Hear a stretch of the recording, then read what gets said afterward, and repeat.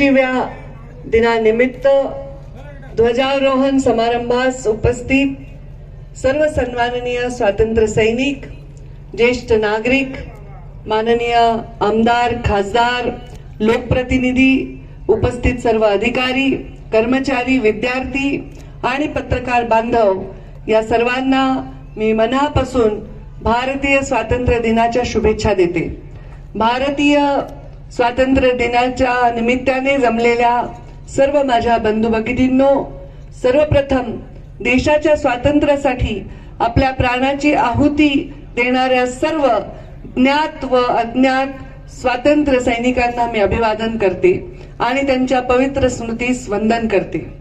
15 August 1947 रोजी भारतीयांनी British साम्राज्याच्या छायेतून बाहेर येत स्वतंत्रतेचा एक श्वास घेतला। हा क्षण केवळ राष्ट्रीय विजय नव्हे तर एक सामाजिक, सांस्कृतिक आणि ऐतिहासिक परिवर्तनाचा आरंभ आहे।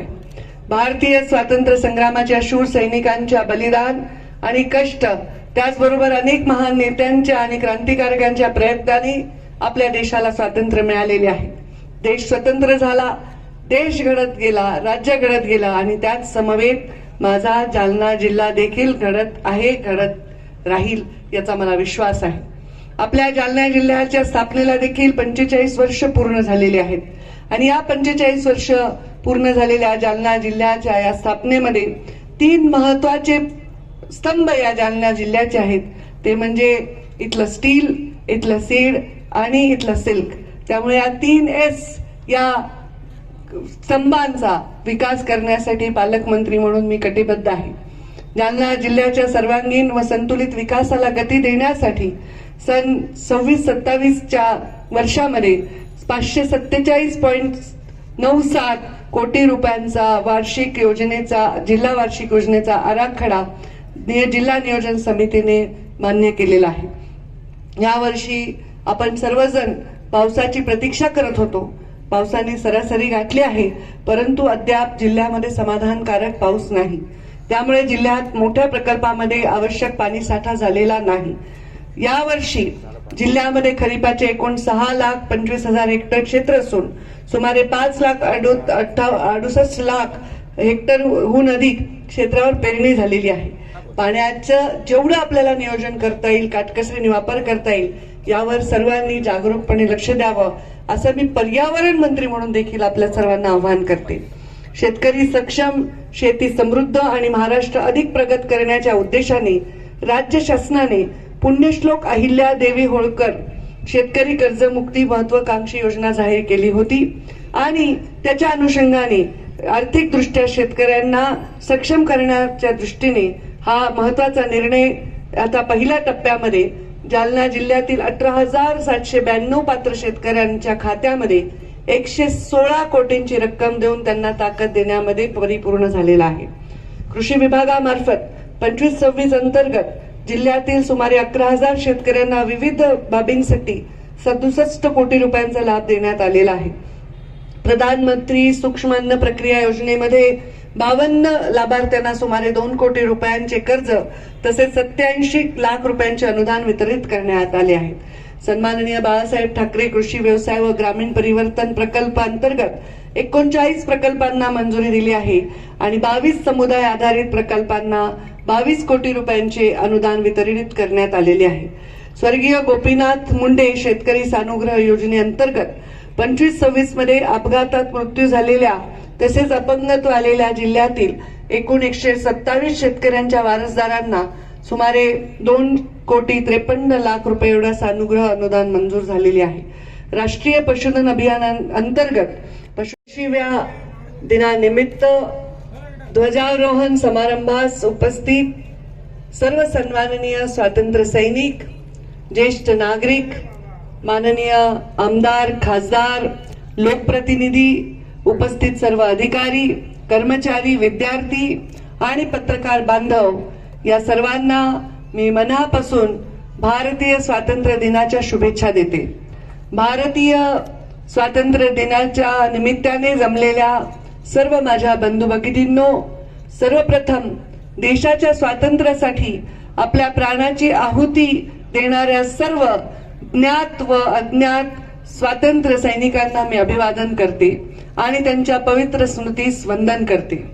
15 ऑगस्ट 1947 रोजी भारतीयांनी ब्रिटिश साम्राज्याच्या छायेतून बाहेर येत स्वतंत्रतेचा एक श्वास घेतला. हा क्षण केवळ राष्ट्रीय विजय नव्हे तर एक सामाजिक, सांस्कृतिक आणि ऐतिहासिक परिवर्तनाचा आरंभ आहे.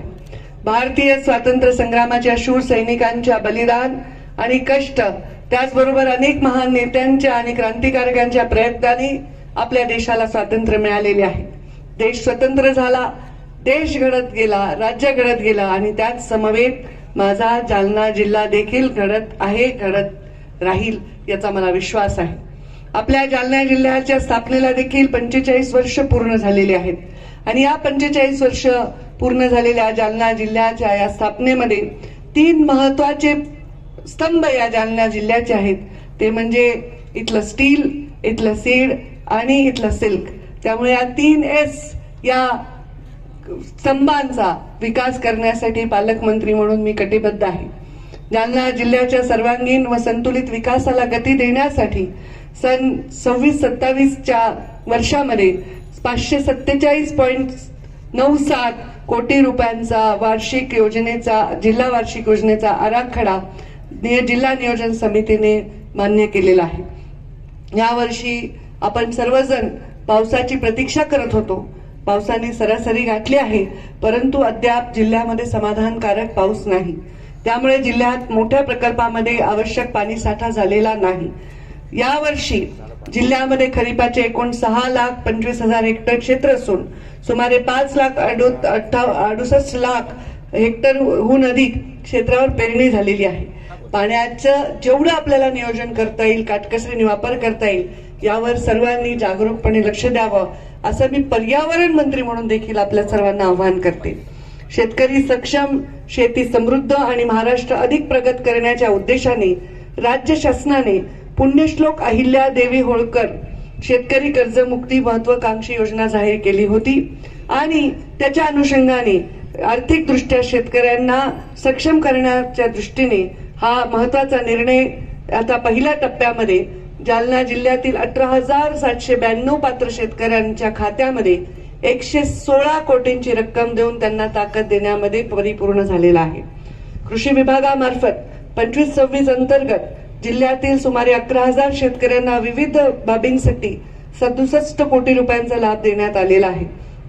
प्रधानमंत्री सूक्ष्म अन्न प्रक्रिया योजनेमध्ये 52 लाभार्थ्यांना सुमारे 2 कोटी रुपयांचे कर्ज तसेच 87 लाख रुपयांचे अनुदान वितरित करण्यात आले आहे. सन्माननीय बाळासाहेब ठाकरे कृषी व्यवसाय व ग्रामीण परिवर्तन प्रकल्प अंतर्गत 39 प्रकल्पांना मंजुरी दिली आहे आणि 22 समुदाय आधारित प्रकल्पांना 22 कोटी रुपयांचे अनुदान वितरित करण्यात आलेले आहे. स्वर्गीय गोपीनाथ मुंडे शेतकरी सानुग्रह योजनेअंतर्गत 25-26 मध्ये अपघातात मृत्यू झालेल्या तसेच अपंगत्व आलेल्या जिल्ह्यातील एकूण 127 शेतकऱ्यांच्या वारसदारांना सुमारे 2,53,00,000 रुपये एवढा सानुग्रह अनुदान मंजूर झालेले आहे. राष्ट्रीय पशुधन अभियानाअंतर्गत